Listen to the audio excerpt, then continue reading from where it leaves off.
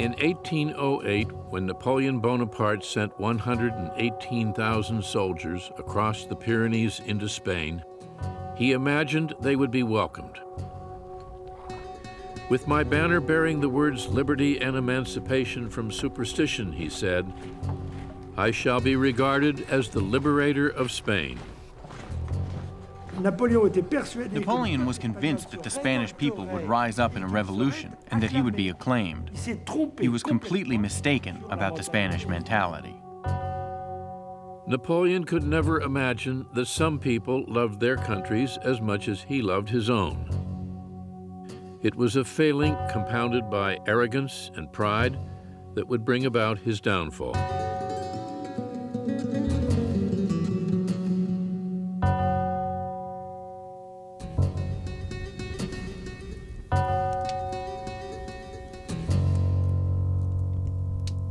Napoleon's economic blockade of Great Britain wasn't working.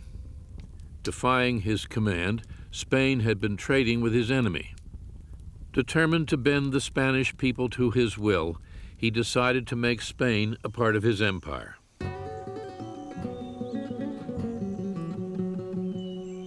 L'Espagne, à cette époque, était dans un état d'avancement. Spain at that time was far behind all the other countries in Europe. Napoleon considérait un petit peu Napoleon considered the Iberian Peninsula another world, comme des gens des âges obscurs, with people from the Dark dominés Ages, par un clergé dominated by forcément, clergy, selon la according to vision Napoleon, illettrés, who were illiterate, ignorants, ignorant, et fanatiques. and fanatical. Il pensait que ces He thought gens-là that there would be no resistance whatsoever. On May 2nd, the Spanish people rose up against the French army in Madrid.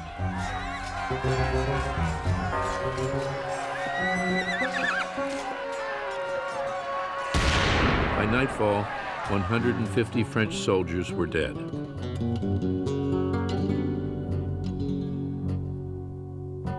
The French retaliated.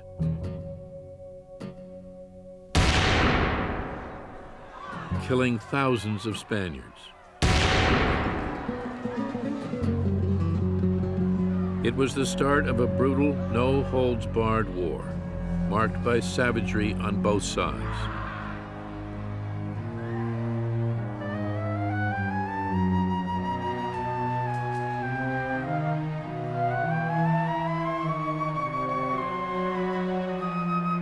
The French tortured and mutilated their prisoners.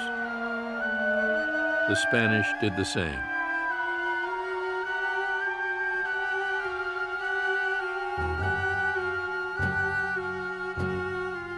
C'est une guerre atroce. It's a war of atrocities. C'est une guerre, ce qu'on a appelé la guérilla. It's guerrilla war. The word comes from this time. Très différent de ce que The French army has never fought this kind of war. pas du tout la guerre. Not at all the glorious war that they fought elsewhere.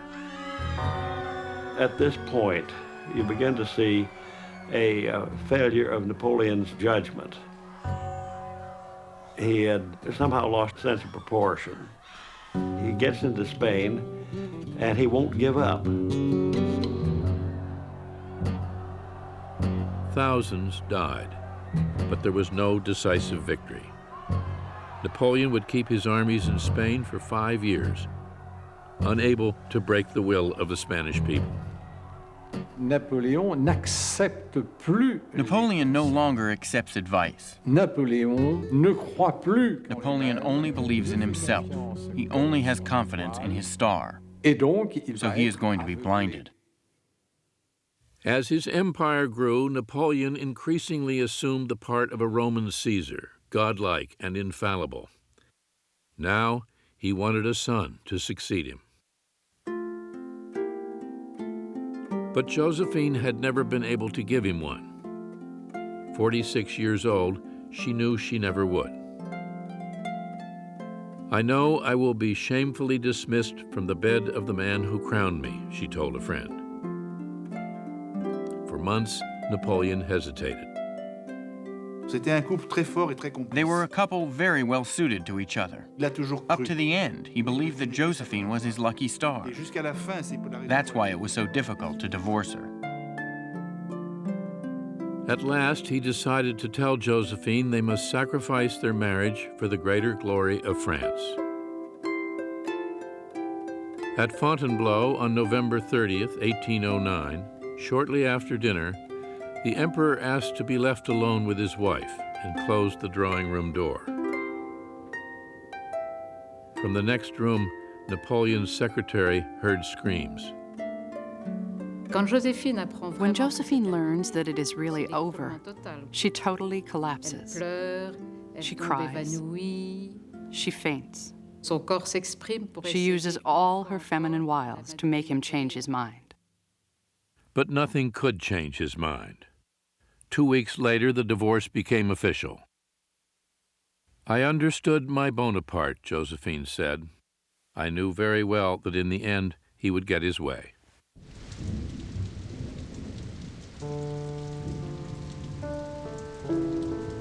Josephine went at once to Malmaison.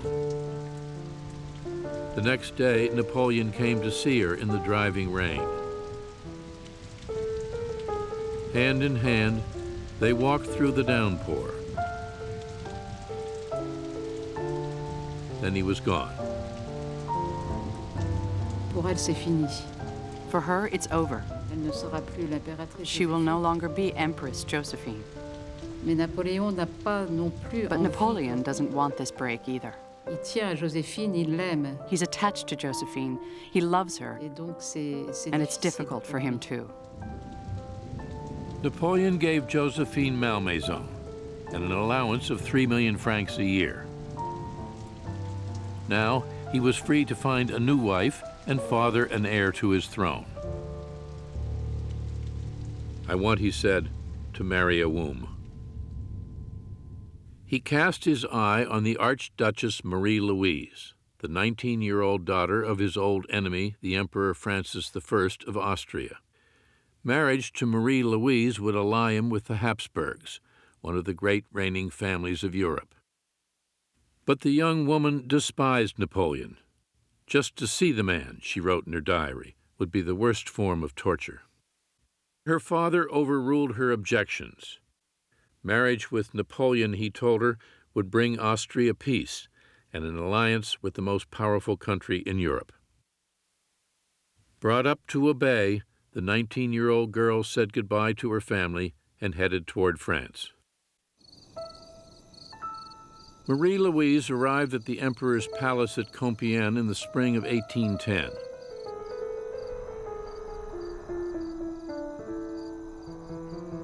Unable to restrain his impatience, Napoleon moved as quickly to conquer her as he had to vanquish her father. A week before the official wedding ceremony, he hurried her upstairs to the bedroom. He wanted her at once, along with everything she stood for. This is what was called at the time making love like a soldier. That is, to have plans to conquer a woman as though she were a fortress.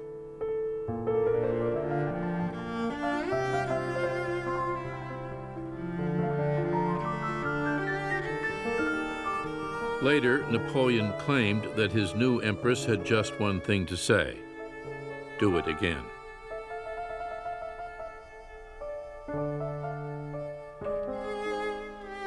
Il y avait chez Napoléon, il y avait un facteur charme. Napoleon was charming. Il savait se comporter avec les femmes. He knew how to behave with women. Il savait les séduire. He knew how to seduce them. Mais vous savez, elle avait un But you know, she had a temperament that was made for love. On April 2nd, 1810, Emperor Napoleon Bonaparte married the Archduchess Marie-Louise, with all the extravagant display befitting the joining of two empires.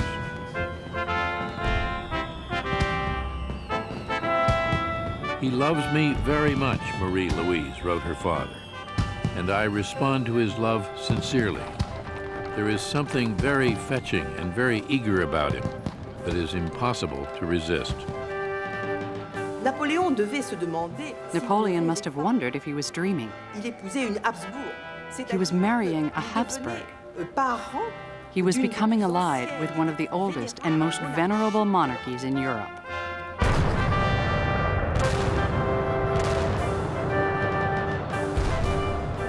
Just 1 year after their marriage, the thunder of cannon brought all of Paris to attention. Marie-Louise had given birth to a baby boy.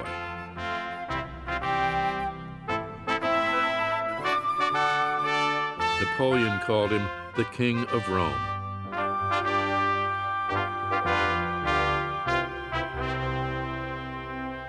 With a son and a devoted wife, Napoleon seemed transformed. He became a doting father and a loving husband. Le mariage avec Marie-Louise a été une His marriage to Marie-Louise turned him into a kind of bourgeois. Mais Marie-Louise avait sur lui She had a une paralyzing influence effect on him. paralysante. Il ne travaille plus. Il He ne no prend longer plus works. d'initiative. He doesn't take initiatives. Il déclare aux gens de sa maison, He says to à the son people grand around écuyer, him, "Ah, il faut "You know, que I j'aille en have to go to Espagne régler Spain les to take affaires." care of things." Mais à chaque fois, Marie-Louise But each time, Marie-Louise starts crying, and he doesn't want to leave her. Marie-Louise, his child bride, the mother of his son, seemed to calm his restless energies. 42, his stomach swelling into a paunch, Napoleon was growing soft. Late hours, hardship, war are not for me at my age, he told an aide. I love my bed, my repose, more than anything. But I must finish my work. In 1811, there was still plenty to do. The bloody war in Spain continued. Britain remained a stubborn enemy, and now a new war threatened. Tsar Alexander refused to be part of the continental blockade of British goods any longer. Napoleon's edict barring trade with Great Britain was ruining the Russian economy. Tensions quickly escalated. Every attempt to negotiate failed. In the spring of 1812, ignoring the advice of his closest advisors, Napoleon invaded Russia. Never in living memory had so large an army been assembled. Italians, Poles, Germans, French, more than 600,000 men from every corner of his empire. Napoleon prophesied that the war would be over in 20 days. An army of 600,000, it would seem to be absolutely irresistible, no matter what happened. He'll simply pour in enough men to overwhelm the Russians, force them to engage in battle, and defeat them. Napoleon's army trudged slowly across Russia's immense spaces. He hoped to annihilate his enemy at once, but the Russians would not give battle. Napoleon had an army twice the size of the Russians. There were so many that the Russians didn't dare fight. They started to retreat because they didn't have a choice. They had to retreat. But while they were retreating, they were in fact weakening Napoleon's army. As the days passed, the blazing heat of the Russian summer began to take its toll. Soldiers fell out from exhaustion, sickness, and desertion. Thousands every day. After 2 months, before Napoleon had fought a single battle, 150,000 soldiers were out of action. A lot of these foreign troops just took off and left. 1/4 of the army deserted. They weren't Frenchmen, they weren't loyal to him specifically. They were fighting because their king was allied to Napoleon. At last, with summer ending, the Russians turned and faced their enemy at the crossroads village of Borodino. Moscow, the holy city of Russia, was at stake. As the soldiers of the Tsar prepared themselves for battle, they chanted, "'Tis the will of God, 'tis the will of God." They were prepared to die for Russia. Everyone saw this as a holy day, that they were going to die for a great purpose. There was a tradition to put on clean underwear before dying. They all put on clean white underwear and went into battle. The Battle of Borodino was a brutal slugfest. Napoleon threw his enormous army at the Russians in a frontal assault, showing little of his old strategic subtlety.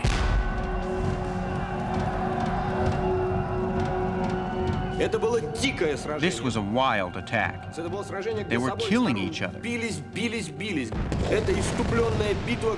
were deaths without stop. It was horrific.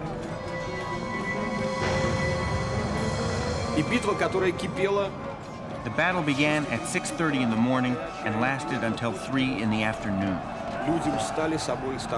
At that point, both armies were exhausted. The Russians fought the Emperor's armies to a standstill. The next day, they withdrew, leaving Napoleon proclaiming victory.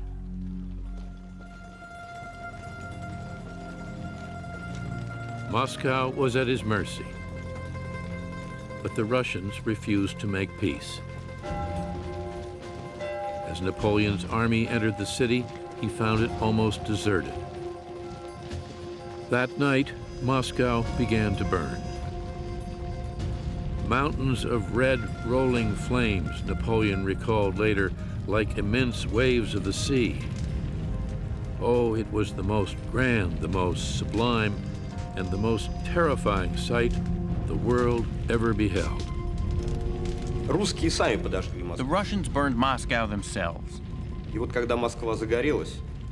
And when Moscow went up in flames, this was the worst blow to Napoleon's army.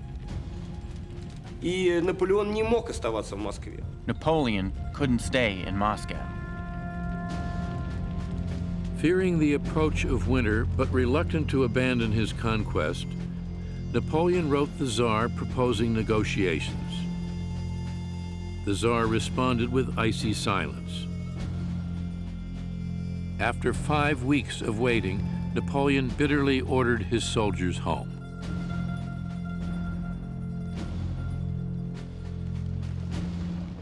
On October 19th, he led his men, laden with spoils, out of Moscow through the gate of Kaluga. It was a warm fall day.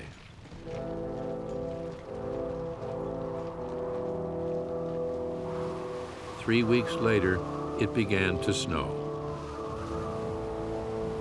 The Russian winter had arrived early.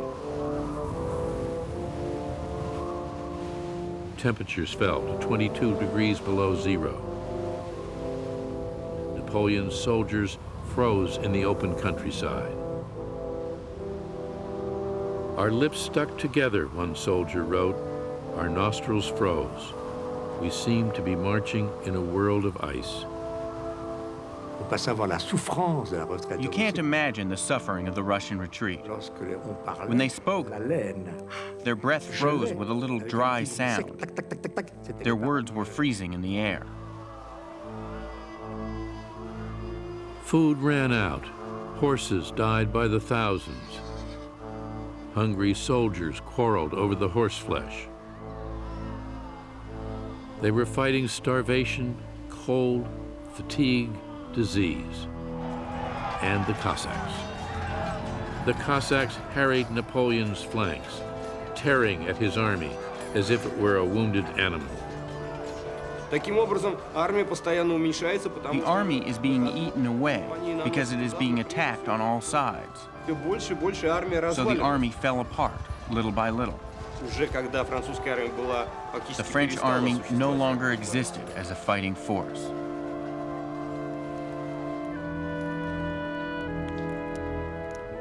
Napoleon watched as his army died. Fearing capture, he carried in a little black leather bag tied around his neck a vial of poison.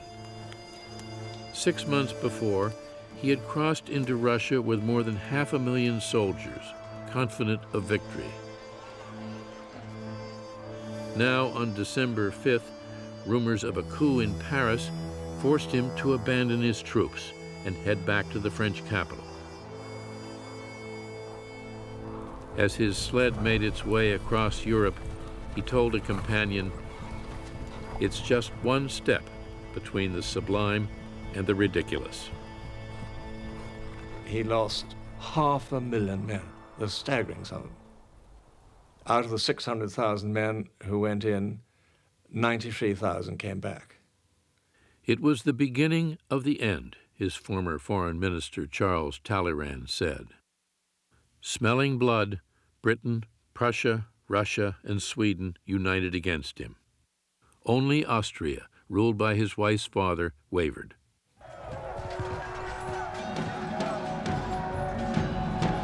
Clinging to the hope that one decisive battle could turn his luck around, Napoleon rallied France for yet another campaign in Central Europe. He just was fighting here, fighting there, fighting the next place, hopelessly outnumbered. Could never win, but still fighting like mad. In the fall of 1813, the Allies caught Napoleon at Leipzig, where they outnumbered him 2-1.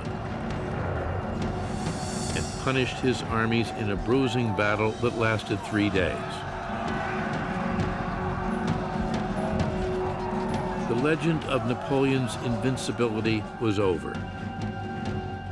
His armies were now in retreat everywhere in Europe. A year ago, he said, the whole of Europe was marching alongside of us. Today, the whole of Europe is marching against us. In 2 months, he lost 400,000 men. Still, he fought on. There was nothing left to do but fight, he said. Yet every day, our chances grew smaller and smaller. By the beginning of 1814, Napoleon was again in Paris when he learned that the Allies had invaded France itself. Fearing the worst, he began burning his private papers. Even Austria, led by Marie Louise's father, Francis I, had come in for the kill. Don't worry, Napoleon told his wife and son. We shall beat Papa Francis. Trust me. On the morning of January 25th, they said goodbye. He would never see his wife or his son again. In a last desperate campaign fought across France, Napoleon displayed all of his old brilliance. But 85,000 Frenchmen stood no chance against 350,000 Allies. On March 31st, 1814, the Allies marched down the Champs-Élysées. The war was all but over. Now, even his own marshals turned against him. When he prepared to summon what remained of his army to march on Paris, they refused to fight any longer.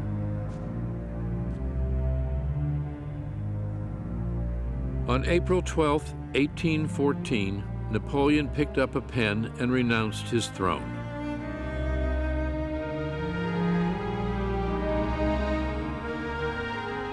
His Majesty appeared to be entirely crushed, his secretary wrote. His agitation was often so great that, without being aware of it, he tore at his leg with his nails until the blood flowed.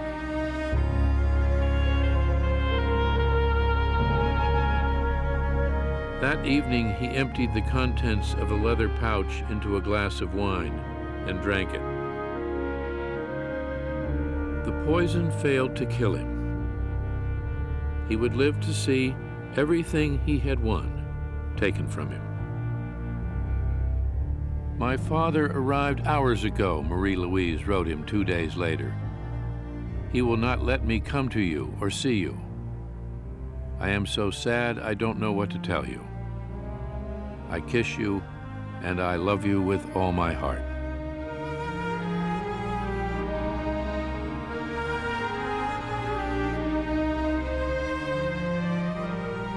On April 20th, Napoleon strode down the stairs at Fontainebleau to address his soldiers one last time.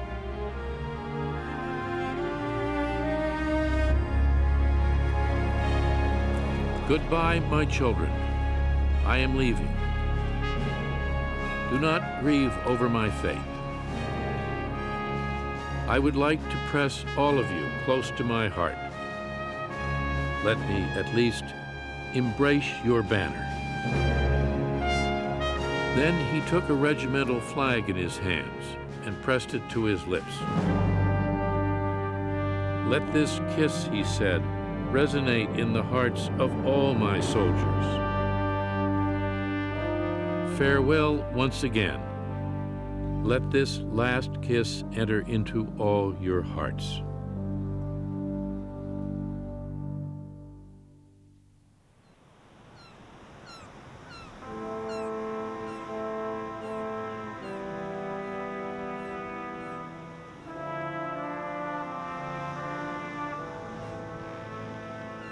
A British warship carried Napoleon into exile. Just 45 years old, he had won, then lost an empire. As he sailed across the Mediterranean, he came within sight of Corsica, a bitter reminder of how far he had come and how great was his fall.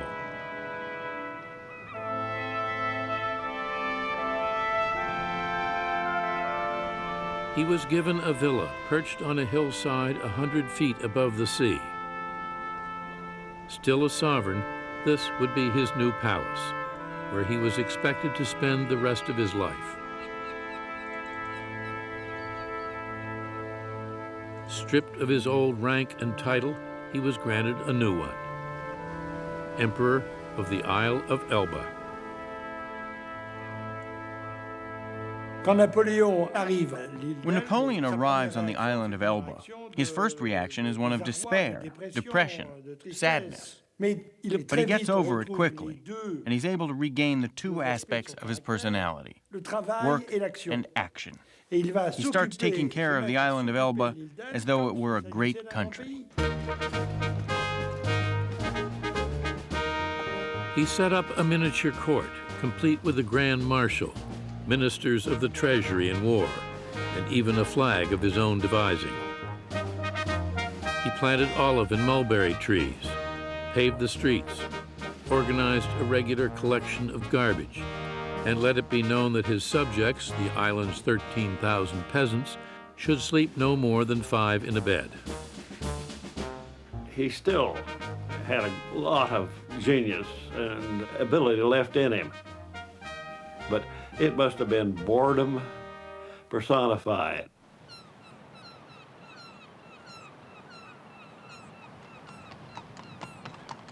Napoleon spent his days on horseback, exploring Elba's meager resources. Often he climbed to his favorite spot on the island, a mountain looking out across the Mediterranean. There, he would spend hours gazing toward Corsica. His connections to the past had been severed.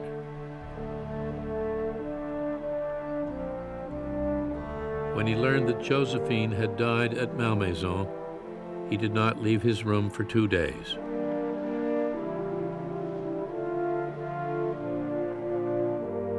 As the weeks passed, Napoleon grew bored playing at Emperor of Elba. He never took his eye off France, where the Allies had made the mistake of restoring an eager but weak Bourbon king to the throne.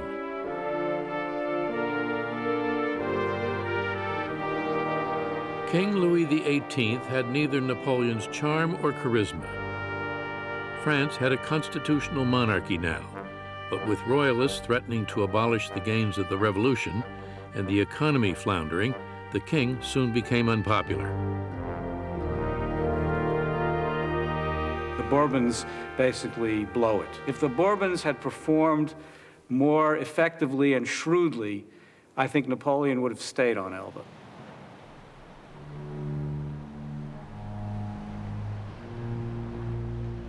For 10 months, Napoleon watched and waited.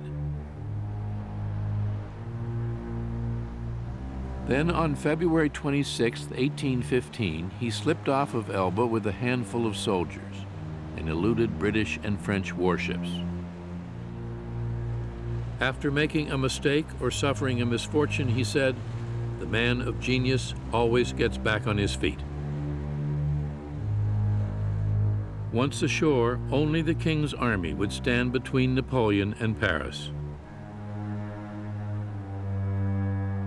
6 days after landing in France, he confronted a regiment of infantry ordered to bar his way. Napoleon advanced alone to meet them. "Soldiers," he cried, "if there is one among you who wants to kill his general, his emperor, here I am." Suddenly, the soldiers began cheering wildly. "Long live the emperor! Long live the emperor!" 2 weeks later, Napoleon was in the French capital, and Louis XVIII had fled. The news hit Europe like a bombshell. The devil, his enemies said, has been unchained. And again, the mystique of Napoleon. Here's the emperor. Vive l'empereur, they shouted all the way to Paris. But it was really sort of crazy. He hadn't got a hope. For months after Napoleon's abdication, the Allies had been at odds with one another as they met in Vienna to hammer out an agreement to determine the shape of post-war Europe. Now, Great Britain, Prussia, Austria, and Russia united once again.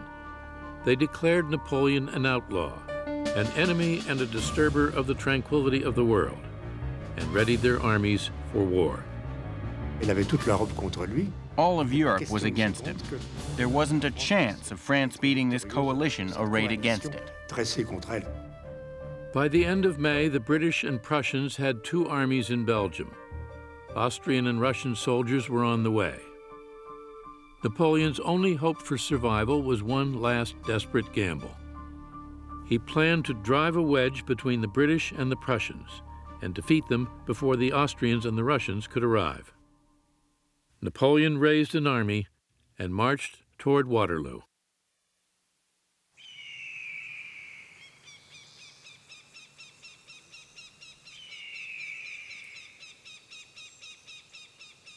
Napoleon's fate would be decided on a field of rye and clover, 1 mile long and 3 miles wide.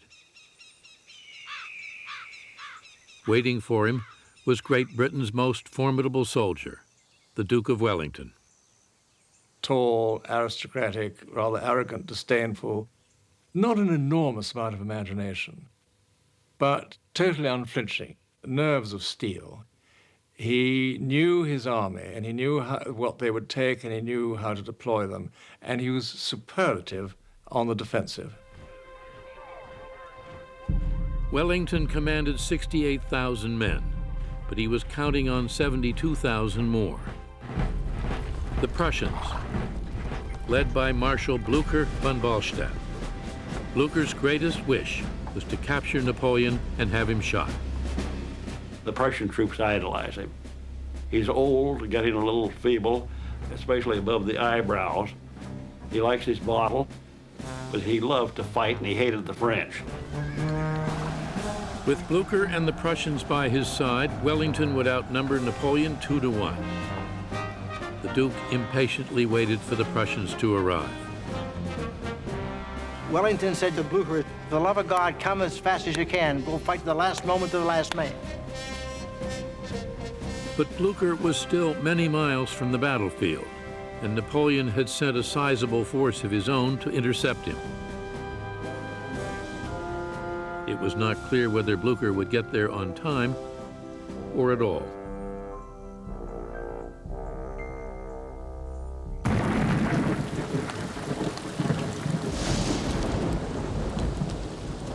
The night before the battle, soldiers on both sides caught what sleep they could under a heavy downpour.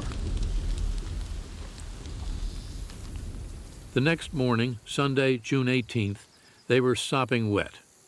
So was the field in which they were to fight, now dotted with puddles and caked in mud. As the sun rose higher in the sky, the Duke and his soldiers braced themselves. But Waterloo remained silent. Nearly 5 hours had passed since daybreak, yet Napoleon had not given the order to attack. He said he was waiting for the ground to dry so he could maneuver his cannon. Certainly the ground was so drenched that he wasn't able to move his artillery. But this kind of thing never stopped him before. He attacked when he decided to attack. He lost the certainty that he still had his guiding star. I felt that fortune was abandoning me, Napoleon said. I no longer had the feeling that I was sure to succeed.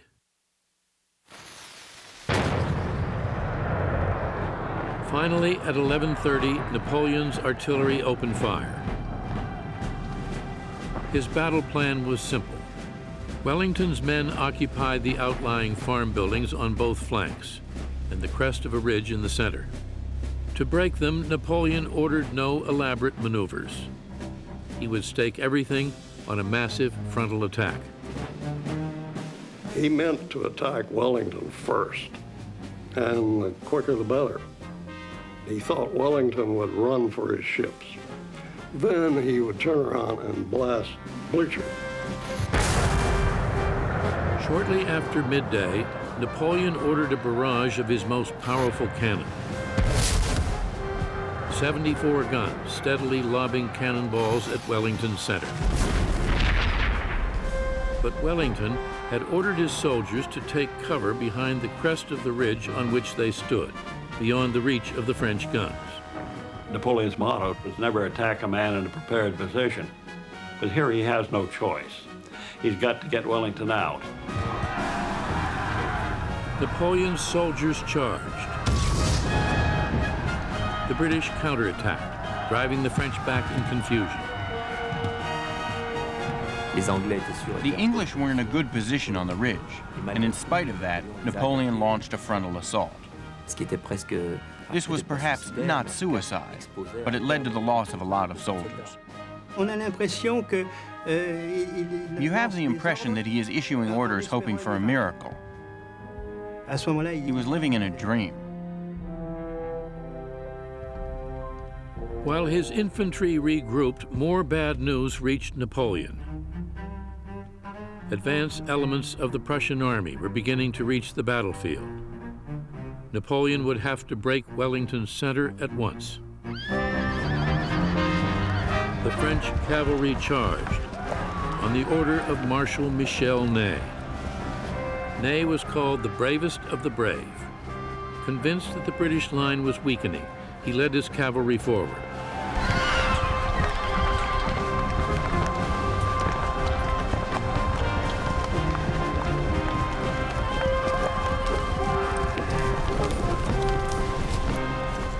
The British formed squares and waited.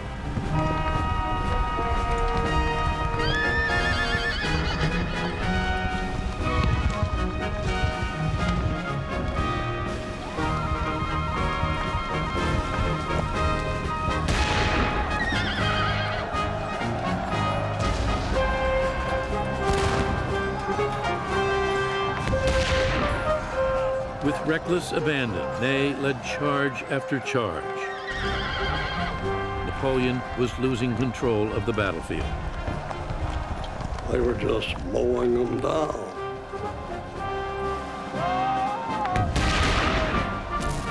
Sergeants went down and ranks went down.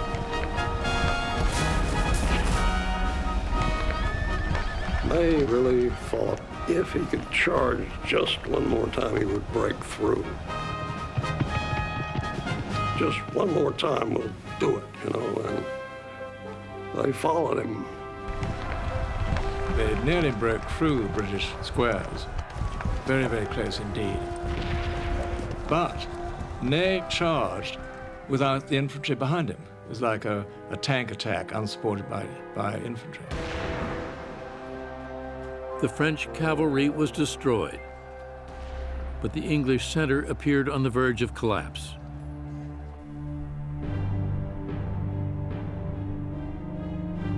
The sun hung low in the sky, glowing blood red through the trees and smoke. It was then that Napoleon saw them, Prussian soldiers emerging from the smoke, still in the far distance. One of Napoleon's aides notices that the hills to the right seemed to have gone dark, and that the dark was the black uniformed Prussians. He sees dust over here on his right flank, and he knows the Prussians are coming. Now, what he can do is he can disengage. He can pull back. Or he can gamble and try and defeat the British before the Prussians arrive. He decides, I can beat them. He called for the Imperial Guard, the most feared of all his soldiers. Throughout the fighting, he had held them in reserve. Now, he sent them forward.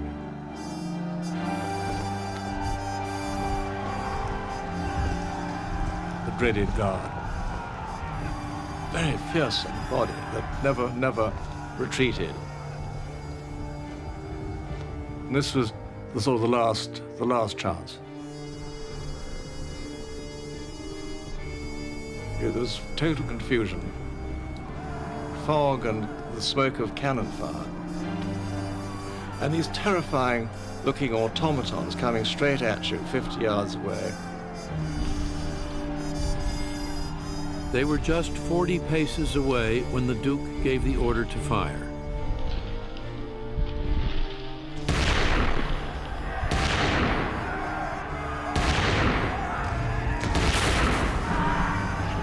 In less than a minute, 400 Frenchmen fell. Still, the Guard came on. They were absolutely magnificent and came very close. He nearly broke through the British line. But it was too late. For the first time in the whole history of the Napoleonic Wars, the Guard was seen to falter and then eventually fall back, shouting, "Sauve qui peut," every man for himself. And then the word ran through the army, "La Garde recule," the Guard is retreating. Wellington snapped shut his telescope, took off his hat, and waved it. "No cheering, my lads," he said. "Forward and complete your victory." As the Guard fell back, panic spread through the ranks of Napoleon's army. And then disaster was upon them. The Prussians were in the field. The Prussians really was the last drop of water that tipped the bucket over. Napoleon had to draw forces from his center to deal with Blucher. Blucher won the battle. If Blucher hadn't been there, I don't think Wellington would have made it. "A damn nice thing," Wellington said later. "The nearest run thing you ever saw in your life."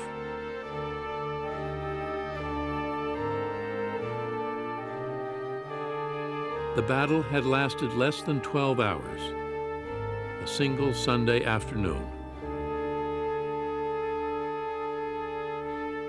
The field bloody with the wounded and the dead, Napoleon tried in vain to rally his men, then turned his back on the catastrophe and escaped. He began the battle too late. He gave orders that weren't clear. But in reality, he lost the Battle of Waterloo because he didn't believe he could win it, because he didn't believe he could win the campaign. Waterloo could have been won, but the war would have been lost anyway. With all of Europe against him, Napoleon saw the futility of going on. As Allied armies closed in around him, he let events run their course. On June 22, 1815, 4 days after the Battle of Waterloo, he abdicated his throne for the second time. With no hope of escape, he put himself at the mercy of Great Britain. He wished, he said, to reside in a country house near London. The British turned him down.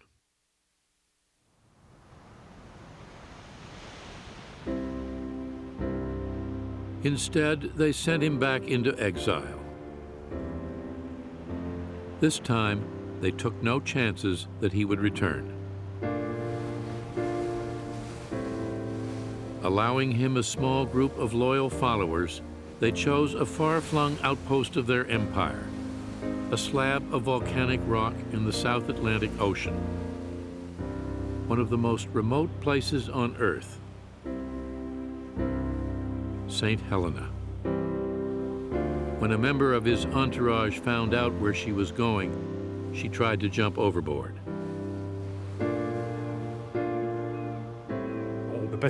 No one escapes from St. Helena.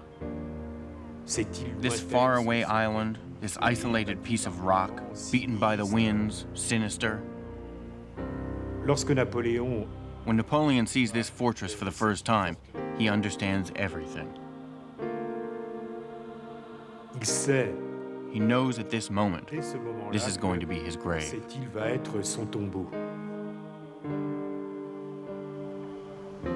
Once the ruler of nearly all of Europe, Napoleon found himself confined to an island 10 miles long, 6 miles wide. It would be nice, he told an aide, to fall asleep and not wake up for a year or two.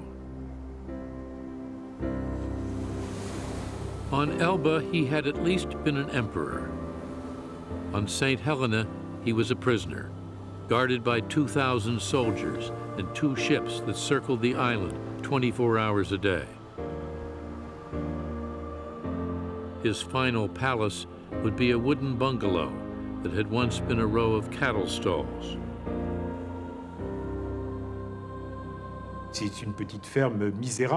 It's a little miserable farm. You have the incessant pounding of the winds, clouds of fog, humidity that soaks the clothes and the walls.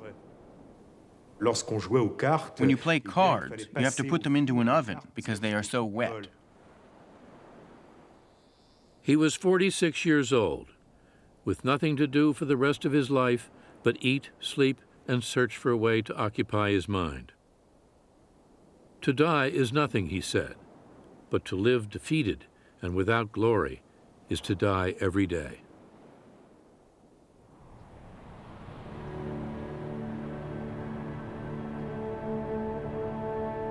Stripped of every vestige of power, on this windswept island lost in the Atlantic, Napoleon fought the endless boredom of his days. He gardened, read any book or newspaper he could get his hands on, tried rewriting a tragedy of Voltaire's, imposed an exacting imperial etiquette on his retinue, and sparred with the island's English governor, who insisted on calling Napoleon General Bonaparte. When he was unable to sleep, he would summon one of his retainers in the middle of the night and rant about the world, or explain why he lost the Battle of Waterloo. Only one weapon remained him: words. With words, he would launch his last campaign. Day after day, he dictated his memoirs, forging the story of his life into the stuff of legend. "I shall survive," he said, "and whenever they want to strike a lofty attitude, they will praise me." Il avait, pendant ces jours-là, décidé que sa vie... He had decided during this time that his real life had ended, but that now his legendary life would begin, and that he had to take care of it. He re-argued his decisions and refought his battles, recalling his greatest triumphs for all the world to admire. Rivoli, the pyramids, Marengo, Austerlitz. These are granite, he said. The tooth of envy is powerless there. The Civil Code, the Bank of France, the bridges over the Seine, schools, roads, canals, libraries. He made them all bear witness to his enduring legacy. He reconstructs his actions to justify his choices, to say that he was the savior of the revolution, to say that he wanted peace, to say that he wanted a new world, and that the kings of Europe were opposed to a modern man, a man of action who was working for the good of the people. Un homme d'action et un homme qui travaillait pour le bien des peuples. He had little else to do but fight the battle of his image, of his reputation. And it was an extremely successful campaign. What is conveyed in this is an individual who can accomplish so much, so very much, through determination and energy and intelligence. This is his sense of himself.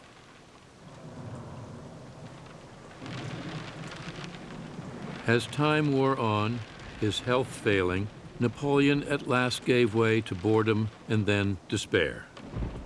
Il a perdu l'espoir. He lost hope. Il était tout seul, là, dans sa petite chambre. He was all alone in his little room, songeur, dreaming, méditant, meditating, staring at the rain. Il mangeait dans sa He ate in his bathtub. He read in his bathtub. Il a ressenti véritablement cette tristesse. He really felt this sadness falling little by little, like a drop of acid which finally corrodes your soul. Corroder votre être profond. Et je crois que I believe it was this that killed Napoleon.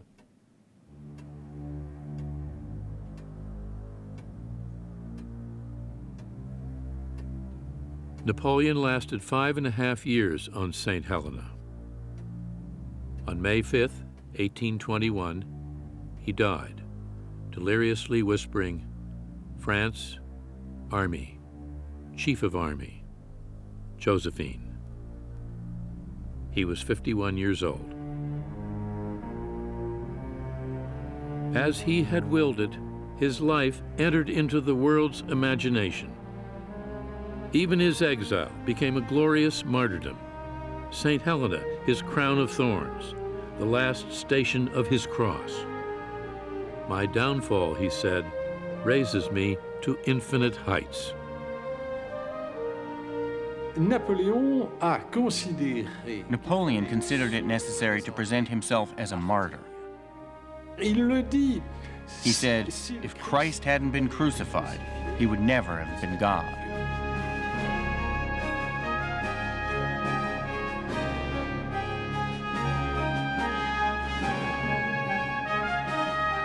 As the years passed, his story told and retold, the love of power, the tyrannical nature of his rule, and the 3 million soldiers who had died in wars that had brought him glory, did nothing to tarnish the brilliance of the legend he had created.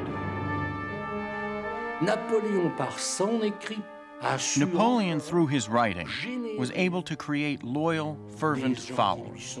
It's extraordinary.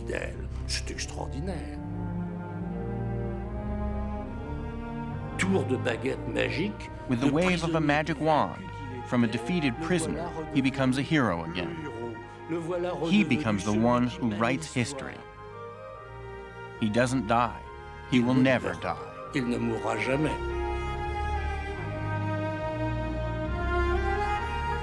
Everything on earth is soon forgotten, Napoleon said, except the opinion we leave imprinted on history. There is no immortality, but the memory that is left in the minds of men.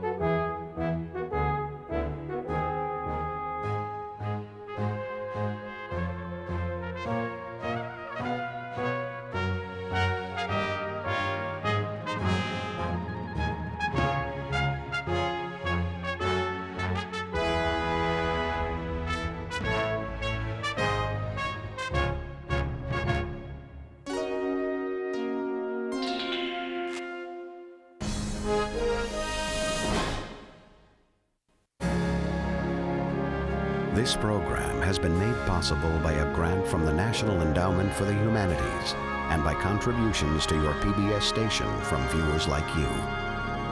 Thank you.